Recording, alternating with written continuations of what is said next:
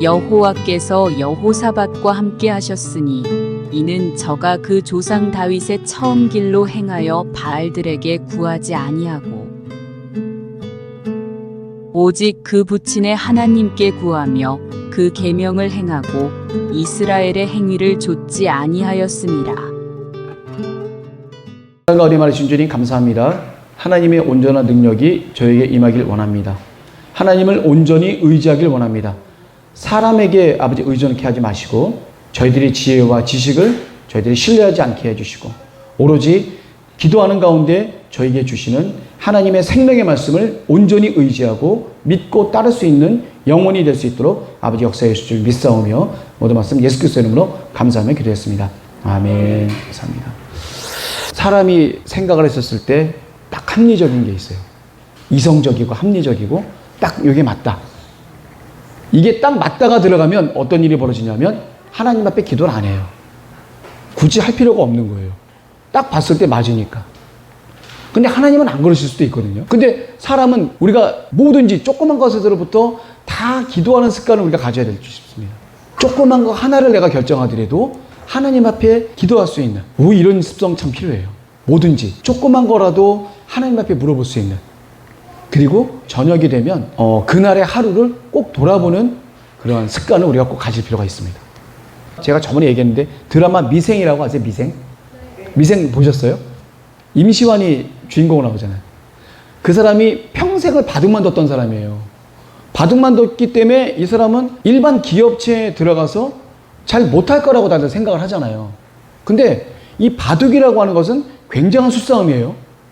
모든 우주의 원리 천하만상이 다 그 안에 들어가 있는 거죠. 그래서 모르는 게 없이 모든 걸 다 꿰뚫어 볼 수 있는 능력을 가진 사람이 바로 바둑을 잘 두는 사람이에요. 단지 이 사람이 회사 일을 하는데 경험만 없을 뿐이지 이미 인간성과 하려고 하는 모든 능력과 이런 것들은 다 겸비되고 갖춰져 있는 사람인데 이 사람이 불우하게도 자꾸 입상을 못하게 되니까 이제 다른 사람의 힘을 빌어서 아주 좋은 대기업의 회사원으로 취직을 하게 됩니다. 들어갔는데 그 회사원들이 딱 봤었을 때 평생 바둑만 두고 온 사람인데 뭘 알겠어. 근데 이 사람이 할 줄 아는 게 있어요. 뭐냐 하면 하루 종일 고생하고 욕먹고 그러고 나서 저녁에 가면 하루를 돌아봐요. 쭉 하루를 돌아봐요. 돌아보면서 어떻게 해야 될지 뭐 할지를 이 사람이 잘 생각을 해요. 그래서 어떻게 해야겠구나 라고 하는 그 스님이 서요. 그리고 그 다음날 또 그걸 맞닥뜨리게 돼요. 그 다음 하루 생각한다고 되겠어요? 또 계속 혼나기 시작을 하죠. 결국에 이 사람이 계속 꾸준하게 자기가 열심성의껏 일을 하고 잘 돌아보면서 자기가 그날에 잘못했던 것들, 어떻게 해야 될 것들, 이런 것들을 다 정리하는 거예요. 그러다 보니까 나머지 사원들 중에서 워낙 바탕이 뛰어났던 사람이에요. 대학을 안 갔을 뿐이지 대학을 가서도 뛰어나게 공부를 할 수 있을 만한 명석한 두뇌를 갖고 있었던 사람이에요. 우리나라 바둑으로 치면은 굉장히 잘했던 부류에 있던 사람 중에 하나 있었었는데 원래 기본적으로 타고난 재질이 있었던 사람인데다가 하나하나 습득을 하는 그 습득력이 너무 빠르고 그리고 가장 중요한 게 하루를 돌아보는 거예요. 하루를 돌아봐서 내가 뭘 잘못했고 어떻게 해야 될지에 대한 분명한 기준을 갖고 그 다음날 또 만나는 거예요. 그러다 보니까 점점 오차가 줄어들어요. 자기가 실수했던 것들, 그리고 혼나면서 자기가 익숙하게 배우고 능숙하게 다루는 그런 것들이 점점 늘어날 거 아니에요. 그런데 하루를 돌아보고 정리하고 내가 뭘 잘못했고 어떻게 해야 될 바를 정리하는 사람은 대단한 파워가 있더라고요. 그래서 제가 그걸 보고 느꼈어요. 야, 우리 하루 동안 진짜 하나님 앞에 기도를 해야겠구나. 내가 내 생각 갖고 하면 안 돼요. 세상 사람들은 자기 생각 갖고 이렇게 하겠지만 우리는 하루를 돌아볼 때 내가 내 스스로를 돌아보는 게 아니에요. 하나님이 나를 어떻게 보셨는가를 기도로 응답을 받는 거예요. 그날 하루를 아침부터 내가 하나님 앞에 하나님 기준에 맞춰서 얼만큼 잘했느냐 못했느냐를 갖다가 저녁에 묵상을 하라는 얘기예요. 돌아보다는 얘기보다는 묵상이라는 표현이 더 나올 수 있겠어요. 내가 내 개인적인 인간적인 잣대와 기준을 갖고 보는 게 아니라 하나님께서 보시는 기준과 잣대로 내가 봐야 된다는 얘기예요. 하나님이 합격되는 부분이 있으면 그 부분은 잘한 거예요. 나는 잘했다고 생각했는데 하나님이 불합격 그러면 잘못된 거예요. 여기도 보게 되면 아사 왕이 북이스라엘에 있는 바하사 왕이 와서 자기네 쪽을 침공하려고 딱 폼을 잡는데 딱 보니까 이거는 그냥 옆에 있는 사람 힘을 좀 빌려서 하면은 그냥 될 것 같아. 그래서 어떻게 돼요? 실제로 자기네 돈 긁어다가 옆에 있는 용병을 사갖고 간단하게 제압을 해버립니다. 잘했어요. 최소한의 노력으로 최대의 효과를 어쨌거나 얻었어요.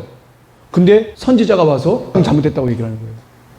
어떻게 기도하지 않고 하나님 앞에 힘을 구하는 게 아니라 사람에게 힘을 구하냐. 더군다나 그것도 할례받지 못한 이방인들의 그 나라에 힘을 갖다 구해서 하나님의 백성들을 갖다가 치도록끔 하느냐에 대한 그 잘못을 선지자가 얘기를 하는 거죠.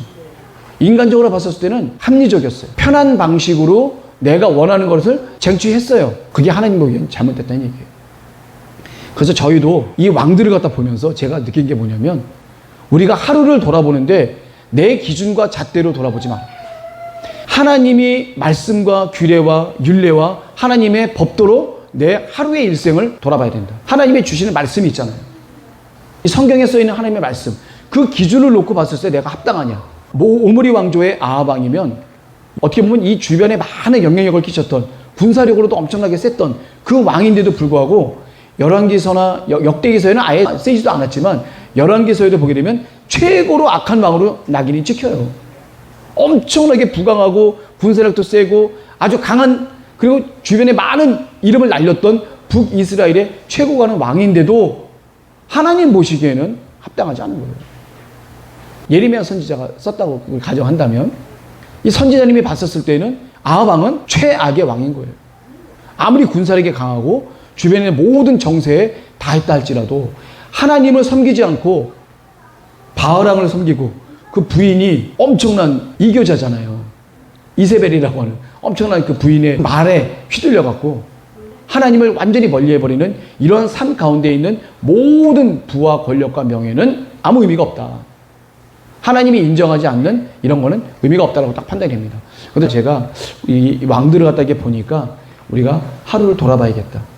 내가 얼마나 하나님 보시기에 잘했는가 못했는가에 대한 그런 기준과 그 부분들을 분명히 가져가야 될 것 같고, 그리고 더 바라고 싶은 건 뭐냐면 여호사밧 왕과 아사 왕이 했던 것처럼 자신의 할머니도 폐위시키고 딱 나가고 할 정도로 개혁적인 정신을 우리가 좀 가져야겠다. 아, 잘못했다라고 하면은 그것을 고치려고 하는 간절한 노력이 필요하지 않겠는가. 그런 부분이 필요합니다. 이게 아사 왕이 했던 거고 우리가 했던 거고 똑같아요. 여기 보면 아사랴라고 하는 선지자가 딱 얘기를 해요. 당신 뭐뭐뭐 잘못했고 어떻게 해야 된다. 빨리 종교개혁을 해라. 아사 왕이 그들의 말 따라서 종교개혁을 합니다. 자신의 마아가라고 하는 막강한 할머니도 태우죠. 자신의 조모입니다. 르호보암의 부인이라고 볼 수가 있겠죠. 그분이 태후의 역할을 갖고 자기도 왕을 시켰을 거란 말이에요. 그분을 폐위를 시켜버려요. 우리나라 조선왕조실록의 상감마마가 대왕 대비마마 폐위시켜버리면 어떻게 돼요? 될 수도 없어요. 그렇게. 대왕 대비마마는 벌써 주변의 모든 실권들을 다 잡고 있어요. 왕을 시킨 사람 아니에요. 이 왕을 시키기 위해서는 이 왕에 반대되는 모든 세력을 다 제거했을 거고 자기 입맛에 맞는 모든 사람들 다 배치했을 텐데, 그럼 이 왕은 어떻게 돼요? 그 태후에 덕을 입은 거잖아요. 왕이 되기까지는. 그럼 배신하면 안 되지. 그런데 그 할머니를 폐위를 시켰어. 그러면 엄청난 일이에요. 엄청난 일입니다. 그럴 정도로 이 아사 왕은 하나님께 대한 열심이 뜨거워서 하나님에 대한 법을 갖고 개혁을 한 거예요. 개혁. 우리 인생에도 그 개혁이 있어야 돼요. 개혁이. 하나님이 잘못했다. 그러면 그거는 반드시 집중하고 기도하고 말씀 읽고 기도하고 응답 받아서 개혁을 해야 돼요. 내 잘못된 부분을 고치려고 몸부림을 쳐야 돼요. 내 힘으로 안 되니까 성령께서 능력을 보여줘서 고칠 수 있도록끔 다 나를 갖다 만들어주시도록끔 우리는 몸부림을 칠 수밖에 없는 거예요. 그게 예수 그리스도 안에 있는 거잖아요. 성령께서 도와주셔서 다 합당하게 이끌어 가시겠지만 우리도 최대한의 노력을 해야죠. 최대한의 노력을 해야죠. 그게 바로 그리스도 안에 있고자 하는 나의 강한 간절함이에요. 나의 그 간절함과 하나님의 역사가 맞닥뜨렸을 때 어떤 일이 변화돼요? 내 성격이 변화돼요. 죽을 수밖에 없는 내 성격이 하나님 보시기에 합당하게 변화돼요. 어느 하나만 갖고는 안 돼요. 하나님도 성령께서도 날 만들어주셔야 되고 나도 만들고자 하는 그 간절함이 나에게도 있어야지만 가능한 겁니다. 그게.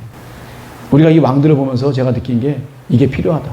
왜냐하면 제가 이 역대하를 이번에 15, 16, 17장 이렇게 읽어보면서 가장 내가 와닿았던 그런 말이 바로 이거예요. 인간 중심적인 합리적인 사고방식. 이게 내 머리에 딱 들어왔다. 이렇게 하면 되겠네 하고 하면요, 하나님 앞에 물어보지도 않아. 그 다음에 그대로 그냥 가는 거야. 그냥 이게 하나님의 뜻이겠거니 하고 그냥 가는 거야. 그런 오류를 범할 수가 있어요. 그래서 우리 기도할 때 뭐라 그래요? 알고 지은 죄, 모르고 지은 죄. 하나님 다 용서해 주세요. 내가 뭔 죄를 졌는지 몰라. 내가 아는 건 알겠는데 내가 알지만 어쩔 수 없이 내가 죄를 진 거 있고, 내가 아예 전혀 모르는 것 같고 죄를 진 걸 수도 있을 수 있거든요. 우리가 죄싸움을 갖다 막 구하려을 때 뭐래요? 우리가 알고 지은 죄, 모르고 지은 죄까지도 다 사해 주세요. 하나님. 지혜로운 기도죠. 자, 우리가 인간 중심의 합리적인 사고방식, 이거는 굉장히 어려운 말이에요. 어려운 말이에요, 굉장히. 이 인간 중심적인 합리적인 사고방식은 그럴듯하게는 보여요. 그렇지만 필경은 어떻게 돼요? 잘못된 멸망의 길로 풀 수 있다. 그 예가 바로요, 아사왕의 이 외입니다.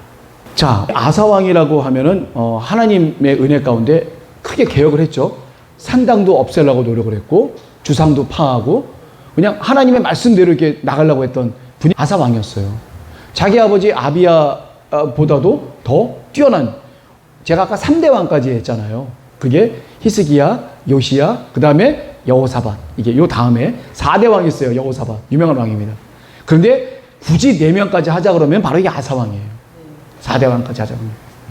그럴 정도로 이 아사왕도 말기 때에는 하나님 보시기에 분명히 잘못을 하고 실수를 했지만, 처음부터 하나님께 가고자 하는 그 간절함과 뜨거운 열망은 이 아사왕에게도 있었다. 하나님께서 심히 기뻐하신 왕이었다. 그래서 그 아사왕 시절에 침략한 나라가 어디 나라였었죠?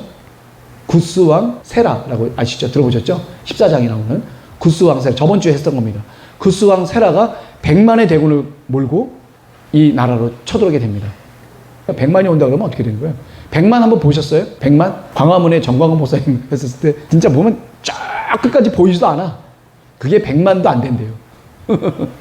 이 100만이라고 하는 숫자는요, 엄청나요. 애국 군대만 100만이 아니라 많은 이방 용병들까지 다 포함해갖고 100만이 쳐들어온 거예요. 그때 당시에 아사왕의 군대가 몇 만이었었냐면 58만입니다. 그게 거의 더블이잖아요. 엄청난 양의 군대가 왔었을 때 이 아사왕이 하나님 앞에 외치죠. 하나님, 사람이 하나님을 이기지 못하게 하나님 역사해 주십시오. 그래서 하나님이 그 아사왕의 기도를 보고 어떻게 돼요? 구스왕 세라의 그 모든 사람들을 전부 다 거의 멸종을 시켰다고 하나님 말씀하셨어요. 거의 살아남은 사람이 없다는 그런 표현까지 쓸 정도로 그 군대가 완전히 박살나서 어디까지 도망갔죠? 지금 교과서 보면 3페이지에 보면 그랄 지역이 있어요. 이렇게 마레사 전투에서 시작을 해서 그랄까지 도망가서 거기서 그냥 다 죽임을 당하게 되는, 한마디로 얘기하면 하나님께서 완전히 그냥 작살내셨다고 보시면 돼요. 에티오피아 군인들을. 이게 하나님의 초신적인 그런 능력을 갖고 이렇게 해주신 거잖아요. 엄청난 것들이 있죠. 그리고 나서 이제 15장에 이제 시작되는 부분이 뭐냐면 바로 아사왕의 이제 2차 종교 개혁이 이제 시작되는데, 아사레라고 하는 5대세 아들 아사레라고 하는 사람이 이제 옆에 그 명을 받고 예언을 하게 됩니다. 신명기적인 예언을 먼저 해요. 너희가 여호와를 찾으면 그분이 너희들을 만난 바 되고, 너희들이 여호와를 버리면 저도 너희를 버리게 된다. 당연한 거잖아요. 우리가 하나님께 찾아간다면 하나님이 우리를 찾으실 거고, 우리가 하나님을 멀리한다고 하면 하나님도 우리를 멀리하실 거라는 신명기적 관점에서 예언을 갖다 이제 먼저 하게 되는 거죠. 그러면서 참 신과 참 제사장, 율법이 없는 그런 암흑의 시대, 요란한 나라의 시대가 이렇게 있게 되는데, 너희들이 어떻게 해요? 강하게 하고 손이 약하지 않게 해라 라고 표현합니다. 그게 뭐냐면 종교개혁의 뜻을, 고삐를 늦추지 마라. 지금 현재 잘못되어 있는, 하나님 보시기에 잘못되어 있는 그런 부분들을 싹 다 바꿔라. 그 얘기를 아사랴 선지자가 하게 됩니다. 그러면 아사왕이 기분 나쁘면 어떻게 돼요? 네가 뭔데 건방지게 나한테 이래라 저래라, 저 감옥에 가둬버려. 그러면 갇히는 거예요. 근데 어떻게 돼요? 그 말에 뜻을 갖고 마음이 요동을 해서 어떻게 돼요? 전국에 있는 모든 가증한 물건들, 우상들, 목상으로 된 것들, 또 석상으로 된 것들, 바알신은 석상, 돌로 만들어지고, 아세라상은 목상, 나무로 만들어지고, 그 다음에 금송아지 같은 건 철로 되어 있어요. 다 빻아서 어떻게 돼요? 갖다 불에 태워버리죠. 그게 기드론 강가에서 주로 많이 합니다. 나중에 그 요시야 왕 때도 보면 완전히 개혁할 때 이스라엘 전 지역에 있는 모든 걸 다 산당을 없앤 유일한 왕이에요. 근데 여기 있는 이 왕들도 보면 제가 산당이라고 저 말씀드렸죠. 산당이 뭐라고 그랬죠? 이게 이방신들을 주로 섬기는 예배당이라고 볼 수 있어요. 근데 그게 크게 아주 거룩하게 져 있는 것도 있지만 각각 자기 집에서 요만하게, 왜 일본 가보면 왜 자기네 그 시라고 그래갖고 요만하게 쌓은 거 있잖아요. 이 왕들이 전국을 다 보면서 거기에 있는 모든 우상들을 다 타파한다고 하긴 하지만 자기네 오랫동안 전통으로 내려오던 드라빔 같은 가족신들 뭐 이런 것들은 없애기가 힘들어요. 그럼 완전히 못 없애요. 자기네들은 없앤다고 하지만 이 아사 왕도 마찬가지고 여호사밧 왕도 마찬가지예요. 모든 사람들이 다 했지만 유일하게 못한 게 바로 이 산당에 대한 부분은 못했다. 그래서 이 산당이라고 하는 것은 여호와 하나님을 섬기는 곳으로 맨 처음에 시작이 됐지만 여호와 하나님 대신에 이방신들의 그 신상들이 들어와서 자리를 잡게 되는. 하나님은 뭘 만드는 게 없잖아요. 무슨 하나님 상을 만들거나 이런 거 없잖아요. 눈에 보여지는 부분 갖고 하나님은 절대로 역사하시는 분이 아니신 것을 이 이방신들은 알고 있기 때문에 자신들은 뭐라 그래요? 뭘 새겨. 눈에 보여요. 눈에 보여지는 이 상이 더 믿음이 가. 제사장이 하는 얘기보다 내가 갖고 있는 이 목상이 더 믿음이 가고 신뢰가 가는 거예요. 이게 눈에 보여지는 거와 귀에 들려지는 거에 대한 힘이에요. 보이지 않는 하나님보다는 보여지는 이방신이 훨씬 더 강하게 느껴져요. 자, 이 아사랴 선지자는 얘기를 해요. 강하게 해라. 손이 약하지 않게 하라. 이런 말을 표현해서 쓴다는 얘기는 뭐냐면 지금 현재 잘못되고 있는 모든 이방신들을 섬기는 것을 싹 개혁해라. 이제 그 얘기를 아사랴 선지자가 하게 됩니다. 이제 아사가 두 번째 종교개혁을 갖다 시작을 합니다. 아사랴의 예언을 들은 이때까지만 해도 우리 아사 왕이 충만했어. 하나님의 말씀을 듣고 하나님께로 가려고 하는 그 간절한 마음이 이제 생기기 시작을 하게 되는 거죠. 그래서 가증한 물건을 없앱니다. 우상들을 없애고 유다와 베냐민 지파 온 땅에 있는 가증한 물건을 다 일단 없앱니다. 그리고 하나님 전 앞에 있는 제단을 중수하게 되죠. 이 중수라는 것은 두 가지 의미가 있어요. 성결하게 하다는 말이 있고 오래된 것을 새로 고치다라는 그 의미, 이 두 가지 말이 있는데 여기서는 이제 주로 이제 솔로몬 성전이 지은 지 60년이 됐으니까 좀 새로 고친다는 그런 의미가 좀 더 클 수 있을 거라고 봅니다. 자, 그 다음에 이제 유다와 베냐민과 에브라임과 므낫세, 시므온 사람들을 갖다 모읍니다.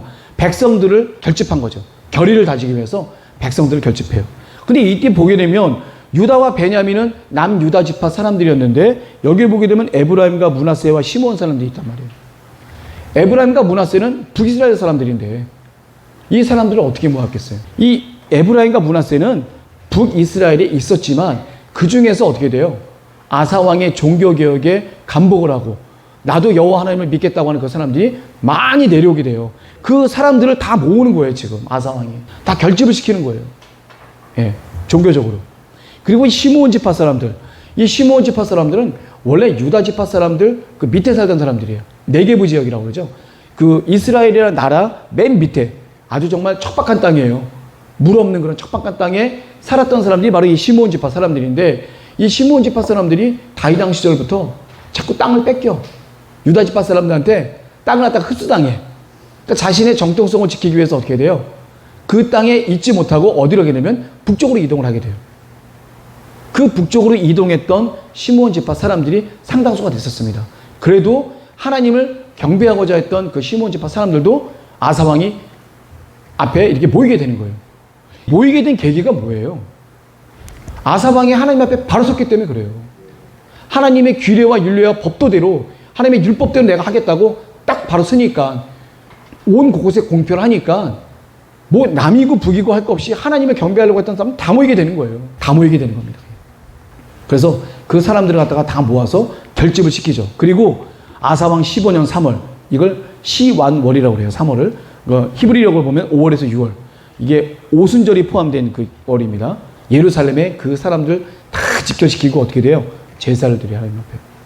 마치 솔로몬이 많은 군종들을 모아서 솔로몬 성전을 갖다 건축할 때 봉헌식을 드렸던 것처럼 많은 사람들을 모아놓고 엄청나게 큰 제사를 갖다 드리게 됩니다. 많은 사람을 모아서 하나님께 제사를 드렸다. 엄청난 큰 의미죠. 한마디로 하면 복음 대성회가 크게 열린 거예요. 예루살렘에서. 하나님께 경배하겠습니다고 했던 그런 많은 사람들을 다 모아놓은 거예요. 유다 지파 사람, 베냐민 지파 사람, 북쪽에 있는 에브라임, 므낫세, 시므온에 있는 모든 경건한 사람들이 그냥 싹 다 모이다 보니까 많은 수의 사람들이 모이게 되겠죠. 많은 사람들이 모여서 하나님께 제사를 드리고 하나님께 경배를 하니까 하나님이 사람들을 만나주시겠죠. 그리고 모든 사방에 이 아사방을 해하지 못하도록끔 평안함을 주는 거예요. 여기 성경에 보게 되면요, 평안함을 준다는 얘기는 주변 국가들에게 전쟁할 수 있는 마음을 뺏는 거예요. 함부로 이 나라를 할 수 없도록끔 그 마음까지 주관해 주신다고 하는 그런 부분을 우리 역대기에는 써 있어요. 그러니까 전쟁을 주관하시는 하나님께서 붙이시는 것도 하나님이시고 빼시는 것도 하나님이신 것에 대한 온전한 믿음을 가졌어야 돼요. 아사왕은 그 구스왕 세라가 침입할 때까지는 정말 하나님 앞에 온전히 그 마음을 드렸지만, 좀 전에 얘기했던 바하사왕이 정말 내 눈에 보여지는 곳에 가까이 와서 성을 쌓기 시작하면서부터는 사람의 생각이 들어가기 시작한 거예요.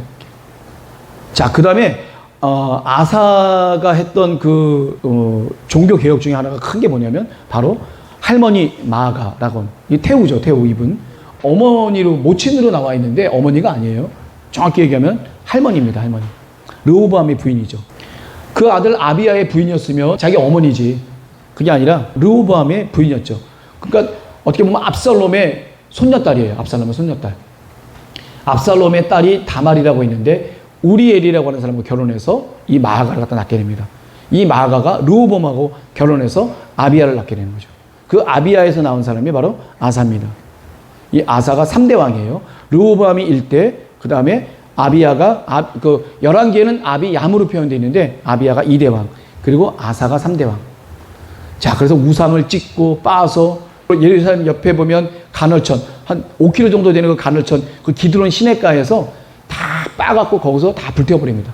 나중에 거기가 이제 공동묘지자리가 돼서 나중에 요시야 왕이 종교개혁을 할 때 전국에 있는 모든 상들을 다 갖다 불태운 자리가 바로 또 이 기드론 시내가예요. 그래서 이 기드론 시내가에서도 이미 아사 왕도 다 불사르게 됩니다. 이 요시야 시대 때에도 이게 기드론 시내가에서 불사름이 한 번 있었죠. 자, 여기까지는 좋았어요. 5대 아들 아사랴의 선지자의 예언을 듣고 열심히 했는데 그 가운데 이 아사 왕도 어떻게 보면 자기도 모르는 가운데 누룩이 끼기 시작을 하게 된 거죠. 그러면서 자기도 모르게 이제 바하사와의 전투에 대비하기 위한 그런 일이 벌어지게 됩니다. 제가 좀 전에 말씀드렸지만 북이스라엘 사람들이 계속 남유다 쪽으로 내려가니까 가만두면 안 되는 거예요. 딱 바리케이트를 쳐야지 어쨌거나. 그래서 바리케이트를 갖다 친 곳이 바로 예루살렘 가까이에 있는 라마라는 지역이에요. 라마. 옛날에 그 사무엘 선지자님 있었던 그곳인 것 같은데 이 라마에다가 이 바하사라는 사람이 성을 건축하게 돼요. 큰 성을 건축하면서 위에서 내려오는 사람도 못 나가게 하고 남유다 쪽에 있는 사람하고 대치가 돼서 서로 이제 전쟁을 벌이려고 하는 그런 상태가 있는 때가 바로 바하사가 전투를 벌이려고 합니다. 근데 이 전투를 갖다 벌이려고 하는데 아사왕이 하나님께 기도를 구해서 이 바하사를 온전히 물리칠 수 있으면, 자기네들도 군대가 있잖아요. 58만 명이라고 하는 군대가 있는데 하나님의 능력을 100만을 갖다 물리쳤던 그 하나님의 능력을 분명히 체험을 했는데도 불구하고 이때는 하나님께 모든 걸 구하지 않아요. 바하사 정도 딱 되니까 자기 생각에는 요 정도 되는 사람이 있으면 북이스라엘 왕국과 그 협약을 맺고 있는 이쪽에 아람 왕이라고 있는데 이 사람에게 내가 돈을 잔뜩 갖고 이제 주게 됩니다. 자신의 하나님의 전 곳간과 또 성물 곳간, 여기에 모든 보석들을 다 긁어다가 아람 왕이 갖다 주면서 아람 왕한테 뭐라 그래요? 이 북이스라엘에 있는 이 사람들과 약조 맺은 걸 깨버리고 우리하고 약조를 맺읍시다. 그러면 된다. 그랬을 때 북이스라엘하고 협약을 맺어서 사실 침략을 못했는데 남유다랑 새롭게 협약을 맺어버리면 북이스라엘을 침략할 수 있는 새로운 근거가 또 생기잖아요. 핑계거리가 생기잖아요. 이 아람 왕은 이스라엘 북쪽에 있는 왕국이에요.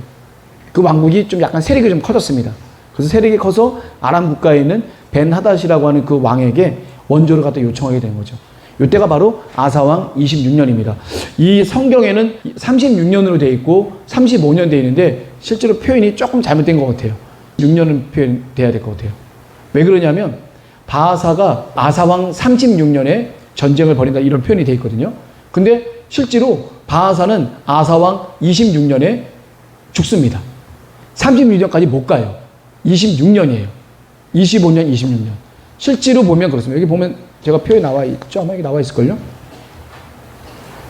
여기다 보면 바하사 왕조가 아사왕 26년에 끝이 나버립니다. 여기 보면은. 그래서 상대 연대기 보면 아사왕 26년에 이제 바하사 왕조가 이제 끝나게 되는 됩니다. 그 다음에 이제 오므리 왕조가 이제 또 시작되죠. 오므리 왕조 중에 시므리라고 또 있었죠. 중간에 한번. 예. 바하사가 있고 그 다음 엘라가 있어요. 그 아들. 엘라를 죽인 사람이 또 시므리라는 사람이 있어요. 7일 천하. 예. 그 시므리를 또 누가 제압을 하면 또 오므리가 제압을 하고. 그 얘기가 우리 전에 한번 배웠었죠. 그래서 말씀책에 보게 되면 36년을 25년, 26년으로 보시면 될 것 같아요. 아사왕 26년에 바하사왕은 죽습니다. 이 표현이 그게 정확히 맞아요. 자, 그래서 여호와의 전 곳간과 왕국 곳간의 은금들을 베나다드에게 보내야 되죠. 그 돈을 갖다 줘야 용병을 사니까. 그리고 바하사에게 있었던 약조를 깨고 아사 본인과 약조할 것을 권유를 하게 되죠. 그래서 어떻게 되죠? 벤하닷이라는 사람이 아사 왕의 그 돈을 갖다 받고 보물을 갖다 받고 난 다음에 그 북이스라엘의 바하사 왕과는 약조를 스스로 깨버리게 됩니다. 그래서 침공을 하게 돼요. 그러니까 침공을 하는데 이게 지금 어디에 있는 거냐면 이스라엘이 이렇게 딱 있으면 이스라엘 예루살렘이 딱 중간 정도쯤에 있잖아요. 그래서 이거 한번 적어볼게요. 이스라엘이 만약에 이런 나라다. 이스라엘 이게 팔레스타인이다. 중간 정도쯤에 예루살렘이 있어요. 예루살렘 바로 위쪽에 라마라고 하는 곳이 있어요. 이 라마에다가 이 성을 싼 거예요. 이 예루살렘을 공격하려고. 그러니까 이 라마의 모든 바하사의 군인들이 다 여기 집중되어 있는 거예요. 그런데 이 아람 국가는 한 요쯤에 있거든요. 여기 아람이에요. 아람이 이쪽으로 이제 쳐들어오기 시작하는 거예요.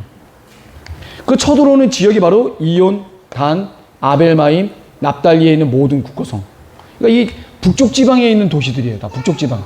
거의 최북단에 있는 그 도시들로 이 아람 국가가 쳐들어오니까 이 라마에 다 몰려있던, 중간에 몰려있던 이 북이스라엘의 바하사 군대들은 어떻게 돼요? 이 디르사라고 하는 곳이 여기 또 있습니다. 여기 수도거든요. 디르사가 수도예요. 그때 당시에. 여로보암이 최초에 만들었죠. 이 수도도 위험해지고 이 변방도 위험해지니까 몰려있던 라마에 몰려있던 군사들이 어떻게 돼요? 전부 다 이쪽을 지키다 다 후퇴해버립니다. 라마에 있었던 그런 모든 군인들은 다 뒤로 빠져버려요. 위로 빠져버려요. 그러니까 이 예루살렘에 있었던 아사왕이 어떻게 돼요? 라마에 있었던 그 성을 지으려고 했던 바하사가 갖고 왔던 돌이나 목재나 이런 모든 것들을 다 가지고 자기네들이 또 다른 성을 또 하나 또 이렇게 만들어요. 한마디로 하면 그 북이스라엘 만들어놨던 그 성들을 다 부셔갖고 자기가 또 다른 성들을 갖다 이렇게 또 만듭니다.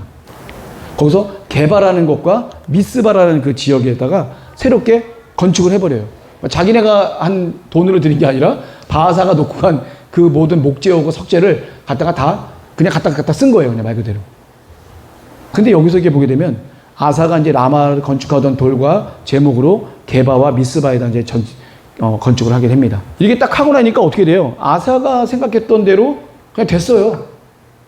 힘 하나 들이지 않고 자기가 갖고 있던 물론 돈을 소비했지만 이 옆에 있는 아람이 쳐들어오니까 이 라마에 있는 그 군사들은 뒤를 갈 수밖에 없어요. 그러니까 결국은 완전히 퇴치는 안 시켰지만 다 라마에 있는 성을 갖다가 무용지물화 시켜버렸죠. 그래서 바하사라는 그 왕이 이때 상당수 많은 위험에 처하게 되고 하다 보니까 결국 이때가 아사왕 26년인데 이때 바하사는 죽게 돼요. 그리고 그 다음 아들 엘라가 나오게 되는데 2년도 채 되지 않아서 오므리 왕조로 이제 그다음에 바뀌게 되는 거죠. 아합 시절에 오므리 왕으로. 자, 그래서 벤하닷 이 아람 왕의 이스라엘 침공이 본격적으로 시작이 됐고 이게 어떤 의미를 갖냐면 북이스라엘, 남유다. 그래도 이스라엘 사람들이에요. 근데 외부 사람이 이제 쳐들어왔어. 굳이 안 해도 되는데 외부에 있는 나라가 자기네들 팔레스틴 안에 있는 문제를 갖고 외부에 있는 나라가 이제 쳐들어오게 된 거예요. 외세의 침입을 어떻게 보면 허용을 하게 된 묘한 계기가 됐어요. 이게 잘못된 거죠. 어떻게 해야 돼요? 아사왕이 하나님 앞에 뭔가 능력을 구해서 바하사를 물리칠 수 있는 하나님의 능력을 받아야 되는데 하나님의 능력에 기인하지 않고 누구의 힘을 빌리냐면 바로 자기네 족속도 아니라 이방인의 족속의 그 힘을 갖다가 빌리게 되는 이게 엄청난 일이 벌어지게 되는 거예요. 이제 그래서 나중에 벤하닷 이 1세가 아니라 벤하닷 2세 때는 아예 팔레스틴을 아예 침공을 해갖고 또 묵사으로 만들어요. 사마리아 성을 포기해갖고 사마리아 성 사람들이 다 굶어 죽게 되는 그런 일도 벌어지게 됩니다. 벤하닷 2세 때는 나중에 이제 보게 되면 나오게 되겠지만 그런 일들이 벌어져요. 자, 이렇게 되니까 하나님께서 가만히 있을 수 없어요. 그 다음에 어떻게 돼요? 사랑하시니까 어떻게 돼요? 경고하죠. 너 잘못했다. 잘못했으면 얼른 그 말씀을 받아들이고 아멘 하고 고칠 생각을 하면 돼요. 이렇게 오데세 아들 아사랴가 예언했던 것처럼 이렇게 쭉 종교 개혁을 하면 됩니다. 근데 그렇게 안 해요. 그 다음에 어떤 일이 벌어져요? 선견자 하나니 이 사람의 경고를 갖다가 무시하게 되죠. 너희들이 왜 하나님을 의지 않고 사람의 손을 의지한 것을 왜 그렇게 했느냐? 잘못했다. 구스왕 세라의 침입 때는 전적으로 하나님께 의지해서 온전히 승리를 갖다 얻게 되는데 이게 지금 뭐 하는 짓이냐라고 이제 막 얘기를 하니까 기분 나쁜 아사왕이 어떻게 돼요? 옥에 가둬버렸어요. 이게 큰 실수가 되는 거예요. 그러니까 그 마음에 벌써 인간 중심적인 합리적인 사고방식이 싹 들어가면요. 그 다음에 하는 모든 행동도 하나님 편에서 행동을 하지 않게 돼요. 그게. 이게 마귀가 승리한 거예요. 그 사람의 마음에 합리적인 방식을 불어넣는 거예요. 그게 마귀의 역사예요. 마귀의 역사가 뭐예요? 하나님 앞에 죄를 짓게 하면 돼요. 죄를 져서 나와 하나님과의 거리를 멀게 하면 되는 거예요. 그게 마귀예요. 그렇게 하면 돼요. 우리 목사님 가끔 예를 드시잖아요.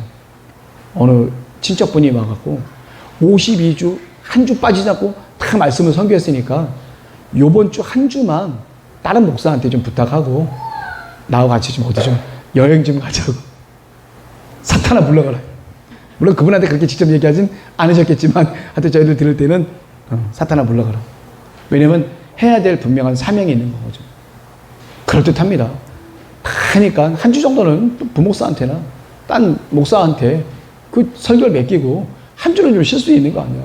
52주 동안 매주 하는 게 어디 있어. 1년에 한 주 정도는 쉬고 어디 좀 돌아보면서 좀 휴양도 할 수 있고 좀 몸도 쉬고 또 마음도 쉬고 기도도 하면서 보충도 하면서 얼마나 좋냐고 하면서 막 열심히 잘 꼬셨겠죠. 거기에 넘어가면 안 되는 목사님이었어요. 목사님으로서의 사명을 분명하게 지키신 거죠. 마치 예수님께서 40일 동안 광야에서 마귀에게 시험받고 아주 굶주리고 배고플 때 마귀가 역사했었을 때 모든 입술에서 나오는 여호와 하나님의 말씀으로 다 대적하고 물리치셨던 것처럼 우리는 영적인 존재예요. 육을 뒤집어 쓰고 있지만 본체는 영이에요. 영에다가 육을 뒤집어 씌운 게 그게 복음이에요. 육을 뒤집어 씌운 게 뭐예요? 내가 한계가 생기는 거예요. 숨을 쉬어야 되고 먹어야 되고 자야 되고 내가 이 육신을 벗어버렸다. 내가 이제 죽었다. 하늘나라로 갔다. 이 육신을 벗었다. 그러면 그 제한들이 나에게는 없어지는 거죠. 이 세상의 모든 것들이 존재하는 것은 내 육신을 만족시키기 위해서 있는 것들이에요. 다. 그걸 위해서 우리가 목숨을 거는 거예요. 정작 내 안에 있는 영은 뒤로 밀릴 수밖에 없는 거예요. 육이 먼저니까. 육이 살아야 내가 의미가 있는 게 바로 이 세상이에요. 이 세상에 내 육이 없으면 아무런 세상에는 의미가 없어요. 이제 이 영의 나라로 가야 돼. 우리는 내가 있는 이 육에서는 이 육을 뒤집어 쓰고 있는 이상은 이 육의 지배를 받을 수밖에 없어요. 사단은 그걸 너무 잘 알아. 이 육을 꽉 잡고 흔드는 거예요. 이제 흔들기 시작하는 거예요. 거세게 흔들기 시작하면 영이 바로 섰다가도 영도 흔들려요. 그때 물리칠 수 있는 게 뭐예요? 예수 그리스도의 이름으로 물리칠 수밖에 없는 거예요. 마귀를. 그렇지 않고서 우리 못 견딥니다. 우리 목사님이 하셨던 게 그거예요. 나사렛 예수 그리스도의 이름으로 물리친 그런 역사가 있어져요. 하나님이 물리쳐 주셔야 되는 거 아니에요. 유혹을 안 해야 내가 덜 흔들리잖아요. 날 잡고 계속 흔드는데 어떻게 할 거예요? 나중에 넘어져요. 한 번이면 안 넘어지는데 2번, 3번, 4번, 10번, 20번까지 가면 내가 반드시 넘어집니다. 10번 찍어 안 넘어가는 나무 없어요. 우리가 10번만 마귀한테 유혹받으면요 넘어갑니다. 마귀는 우리보다 훨씬 지혜로워요. 훨씬 스마트하고 훨씬 능력이 있어요. 훨씬 예지 능력이 있어요. 그 말에 우리가 이길 수 있을까요?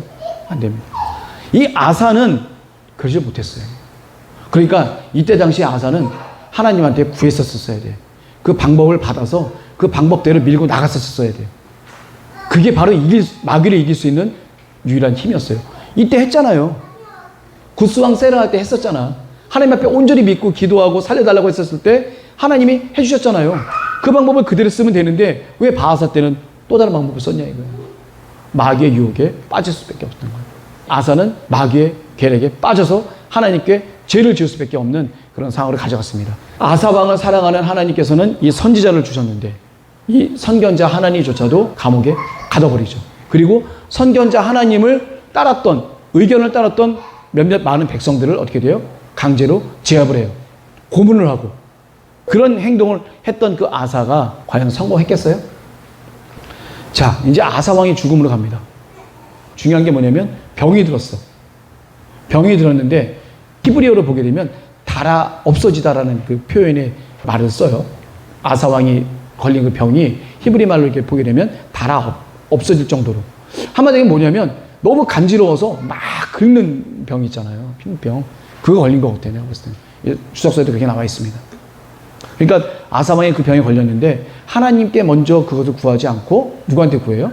일반 의원한테 구한 것을 하나님은 안 좋게 여기셨어요. 잘못된 걸로 여기시고 그 병으로 인해서 아사 왕은 죽임을 당하게 됩니다. 그럼 병원 가지 말아야 돼요? 병원 가지 말아야 돼요? 그 중심이 바뀌면 안 된다는 얘기예요. 하나님은 광의적으로 직접적으로 하나님이 직접 안수해서 이렇게 낫게 하시는 방법도 있지만 그렇지 않은 방법도 하나님이 허용하신 방법이에요. 사도 바울 옆에 의사인 누가가 있었듯이 꼭 이렇게 하는 게 잘못됐다고 볼 수는 없지만 그게 모든 게 돼서 온전하게 목적이 될 수는 없다라고 하는 것을 하나님께 여기서 우리 아사 왕의 얘기를 보면서 다시 한번 알 수 있게 되는 거죠. 자, 그 다음에 이제 여호사밧 왕이 그 다음에 이제 즉위를 하게 됩니다. 여호사밧 왕은 거의 표현을 이렇게 써요. 조상 다윗의 길을 걸었다. 다윗 왕이라고 본다면 절대 왕조 아니에요. 하나님 앞에. 죄를 졌지만 하나님만 열심히 믿고 하나님만 온전히 믿고 따랐던 분이 바로 다윗 왕인데 바로 그 다윗 왕의 길을 우리 여호사밧 왕이 걸었다는 얘기예요. 바알 숭배를 하지 않고 여호와 하나님만을 믿고 따랐던 분이 바로 이 여호사밧 왕입니다. 자, 뭘 했냐? 이분도 똑같아요. 산당을 없애고 아세라상을 유다에서 없앴습니다. 근데 산당을 없앴다라고 하는데 진정으로 산당을 없앤 사람은 요시야 왕 때 진정으로 없앴다고 우리가 표현을 해요. 이때는 산당을 못 없앴다는 표현을 갖다 더 많이 합니다. 왜 그러냐면 산당을 없애려고 왕들이 전국에 다 산당을 없애려고 노력을 했지만 실질적으로 가정 내에 있는 자기 가정신까지는 왕들이 못 없앴다는 얘기예요. 왕은 노력을 했지만 백성들이 협조를 안 해갖고 못 없앴어요. 어느 때 완벽히 돼요? 요시야 왕 시절에 모든 백성들을 다 모아놓고 다 결의를 하죠. 그랬을 때 백성들이 아멘 해갖고 없애자 해갖고 완전히 없앤 게 진짜 없어진 거지. 이때 당시에는 형식상으로 없앤 거예요. 눈에 보여지는 건 없앴지만 백성들 마음속에 자기네들이 몰래 갖고 있는 이 신상까지는 못 없앴다는 그런 얘기입니다. 그래서 산당을 없애지 못했다는 표현을 갖다 또 쓰는 이유가 바로 그 이유예요. 근데 여기에 산당을 없애고라는 표현은 뭐냐면 어쨌거나 이 여호사밧 왕도 산당을 없애려고 최대한의 노력을 했다는 그런 표현으로 보시면 되겠어요. 자, 그리고 유다 모든 견고한 성읍에 이제 군대를 주둔시킵니다. 아사 왕이 점령한 에브라임 성읍에도 영문을 갖다가 설치하는데 영문이라고 하는 건 수비대, 조그마한 군대죠. 그래서 여호와께서 모든 그 경호를 다 견고하게 하셨고 가장 중요한 게 이거예요. 율법 교사를 갖다 파송하는 겁니다. 이 교육 개혁이거든요. 한마디로 하면 이 방백과 레위인 9명, 방백 5명, 제사장 2명이 전국 방방곡곡으로 돌아다니면서 하나님의 율법칙을 갖고 하나님의 말씀을 선포하는 거예요. 우리가 이렇게 하나님의 말씀을 믿고 따르고 순종해야 된다는 걸 전국적으로 돌아다니면서 강연회를 연 게 바로 이 여호사밧 왕이에요. 교육을 시킨 거예요, 백성들을. 그냥 내버려 둔 게 아니라 스스로 알아서 믿게 내버려 둔 게 아니라 이때 당시에도 레위인들이 있었어요. 각 지방에 레위인의 성읍이 있었고 레위인들이 있었지만 이 레위인들이 사사기에서부터 내려오는 그 레위인들이 전부 다 세상 모든 풍파에 찌들다 보니까 온전한 레위의 역할을 못한 거예요. 그래서 우리 경건한 사람들, 방백 중에 경건한 사람들 5명, 레위인 중에 9명, 제사장 중에 2명을 전국 방방곡곡으로 보내면서 하나님의 말씀에 아주 경건하게 개혁을 할 정도로 꾸준하게 교육을 시킵니다. 우리 군대의 수요를 한번 볼까요? 마지막으로 말씀드릴 텐데 군대의 수요. 우리 여기 천부장 중에 아드나라고 하는 사람이 있어요. 이 사람이 30만 명이나 되는 큰 용사를 지휘하는 천부장 중에 최고 권위자가 이제 아드나라는 사람이 있었습니다. 그리고 장관 중에 여호하난이라는 사람이 있었는데 28만 명을 이 사람이 주관하고 있었어요. 그리고 일반인 중이지만 굉장히 영향력 있는 시그리의 아들 아마시아라고 하는 사람이 있었는데 이 사람도 20만 명이라고 하는 군사를 보유하고 있었어요. 그리고 베냐민의 큰 용사 엘리야다. 이 사람 베냐민 족속은 어떤 게 유명하죠? 어떤 사람이에요? 싸움하는 중에 왼손잡이 돌팔매질하는 사람들, 활 쏘는 사람들, 이런 사람들이 베냐민 지파 쪽에 많아요. 그래서 베냐민 지파 사람들은 전쟁에 대한 그 자부심 있는 사람들이에요. 그리고 심지어는 야곱이 축사를 했을 때 어떤 표현을 썼죠? 물어뜯는 일이. 물어뜯는 일이라는 표현을 갖다 썼습니다. 그게 뭐냐면 호전적이고 전투적이라는 거예요. 베냐민 지파 사람들. 레위인의 첩하고 이제 돌아다녔어요. 첩이 간통을 해갖고 자기 아버지한테 갔는데 가서 이제 첩을 데리고 오려고 오는데 그 첩의 아버지가 며칠만 묵고 있으라고 그랬다가 계속 먹다가 오늘 저녁은 안 되겠다고 내가 가야겠다고 하는데 오늘 밤만 묵어라 했는데 안 된다고 그냥 가서 가는 길에 베냐민 지파에 들어가서 한 성읍에 들어갔는데 어떤 노인의 도움을 받아서 그 집에 이제 묵게 되죠. 근데 베냐민 지파에 그때 표현을 쓴 게 뭐냐면 비류라는 표현을 써요. 비류. 한마디로 얘기하면 뒷골목의 불량배들이에요. 그 불량배들이 와갖고 뭐라 그래요? 그 노인을 내오라고. 우리가 상관하겠다. 남색이에요. 남자들끼리 성관계를 갖는 남색을 하겠다는 얘기예요. 그랬더니 그 노인이 뭐라 그래요? 나에게 딸이 있는데 내 딸과 이 사람의 부인이 있으니까 이들을 내어줄 테니까 이들하고 같이 해라. 이 사람은 안 되겠다라고 또 이 사람은 또 엉뚱하게 또 그렇게 됩니다. 우리나라에서 있을 수 없는 그런 일인데 유대 지방에서는 그게 있을 수 있는 일이에요. 그게. 문화적으로. 그러니까 이 나의 손님은 건드리지 말고 이 여인들이 있으니까 여인들과 같이 하룻밤을 지내라. 그랬을 때 레위인이 어떻게 돼요? 자기 첩을 내주죠. 첩을 내줬는데 첩이 밤새도록 그 베냐민 비류들에게 당하고 난 뒤에 새벽녘에 와서 죽었잖아요. 새벽이 돼갖고 그 첩이 간신히 돌아와서 턱 앞에 와서 죽잖아요. 그게. 그래서 이 레위인이 자기 첩을 너무 이렇게 분한 나머지 12조각을 내갖고 12지파에게 다 보내죠. 그래서 12지파 사람들이 그때 모인 장소가 미스바로 알고 있는데 다 모여요. 그렇게. 다 모여서 어떻게 돼요? 베냐민 지파에게 통보를 하죠. 그 비류들 빨리 내놔라. 그 비류들만 내놓으면 걔네들만 싹 죽여버리고 이 일 끝내자. 했었을 때 베냐민 지파 사람들이 뭐라고 했어요? 택도 없는 소리 하지 마라. 우리 그럴 일 없다. 그래 어떻게 돼요? 모든 이스라엘 사람과 베냐민 지파 사람 간에 싸움이 붙어버리는 거죠. 베냐민 지파 사람들 다 죽고 난 다음에 나중에 600명만 남아요. 죽이고 나니까 자기 형제야. 죽이고 나니까 자기 형제야. 흥분해갖고 싸울 때는 몰랐는데 싸우고 나니까 내 형제가 다 죽었어. 600명밖에 안 남은 거예요. 거기는 모든 사람들이 회개하면서 울어요. 베냐민 지파를 놓고. 이럴 정도로 베냐민 지파는 호전적이에요. 자기네들 왼손잡이 돌팔매질하는 사람. 이 돌팔매한데 이 왼손잡이들은 정확하대요. 던지면 바로 정확하게 맞춘다는 거예요. 그래서 돌팔매질하는 사람들 1000명이 모이면 몇만 정도의 군대들은 다 그냥 작살난다 이거예요. 엄청나게 프라이드가 강했던 그런 사람들. 그 사람들 베냐민 지파 사람들 20만 명 정도를 엘리야다라고 하는 사람이 이게 보유를 하고 있는 거예요. 그리고 여호사밧이라고 하는 싸움을 예비한 자. 이거는 정규군에는 아니지만 싸움을 준비할 수 있는 그런 정도의 사람 18만. 총 합치면 몇 만이에요? 116만이에요. 자기 아사왕 시절에는 58만인데 여호사밧 시절에 북에서 넘어온 사람들 있잖아요. 다 합치고 보니까 116만 명 정도 되는 인원을 하나님께서 군대로 예비하도록 예비를 해주셨어요. 이 여호사밧 왕 때 이렇게 됐습니다. 자, 오늘 이렇게 결론을 갖다 내리게 된다고 본다면, 아까도 제가 드라마 미생 얘기도 했었지만, 드라마 미생에서는 인간적인 마음, 인간적인 시각, 인간적인 생각을 갖고 하루를 내 인생을 돌아보는 그런 삶이었다고 한다면, 여기 계신 우리 성도님들은 그 하루를 돌아볼 때 하나님의 시각, 성령님의 관점, 이거를 보고 나의 하루를 점검을 해야 된다. 쭉 가다 걸리는 게 있으면 바로 회개하고 고치려고 노력을 해야 됩니다. 아사왕이 자기 할머니까지 내쫓으면서까지도 하나님의 종교개혁을 하려고 했던 그 간절한 의지를 우리에게 부어달라고 기도를 해야 돼요. 나의 잘못된 점, 내가 고쳐야 되는 점들, 내가 하나님 앞에 잘못했다고 했던 그런 것들이 고쳐질 수 있도록 나에게 그 간절함을 하나님께 달라고 기도해야 돼요. 그래야지만 우리가 하나님 앞에 승리할 수 있고 마귀의 유혹에서 우리가 이길 수가 있다고 저는 분명히 믿습니다. 그래서 우리가 인간 중심적인 합리적인 사고방식, 이것 절대로 우리가 배척해야 될 것 중에 하나입니다. 내가 알고 있는 지식들, 유튜브를 통해서 알고 있는 이 지식들, 인터넷을 통해서 알고 있는 지식들, 내가 경험한 체험들, 이게 하나님의 구원의 응답보다 앞설 수 없다는 거예요. 그리고 조그만 거 하나라도 하나님께 여쭤보세요.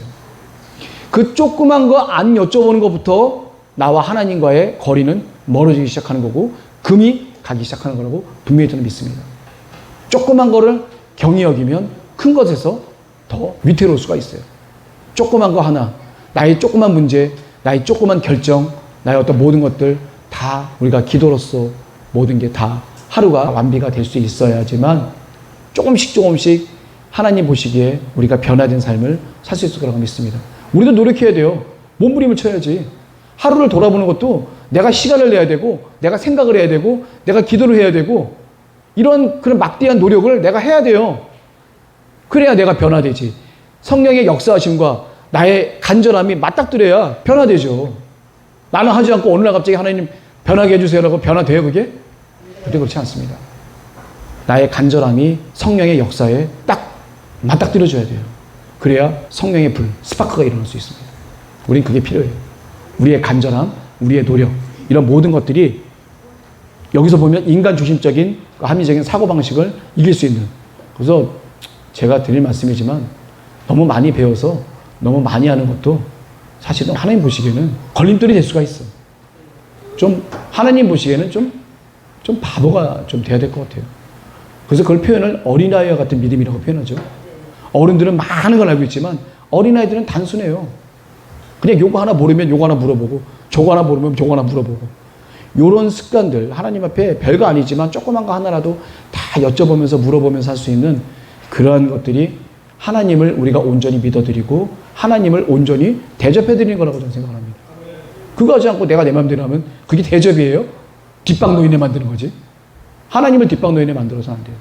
성령님을 뒷방 노인네로 만들어서는 안 되고, 그분이 앞설 수 있게, 그분이 나보다 더 앞설 수 있는, 그랬을 때야만이 이 아사왕이 온전히 하나님 앞에 예언자들의 예언을 들었던 것처럼 그런 겸손함이 우리에게 나올 수 있어야 되겠습니다. 바하사와 전투할 때 그냥 선견자도 막 그냥 감옥에 가둬버리고 이런 교만한 행동들을 절대 하면 안 돼요. 우리들 모든 것을 하나님 것을 먼저 앞세울 수 있는 저희들 되었으면 합니다. 그래서 우리 오늘 역대하 5번째 얘기 오늘 마치도록 하겠습니다. 감사합니다.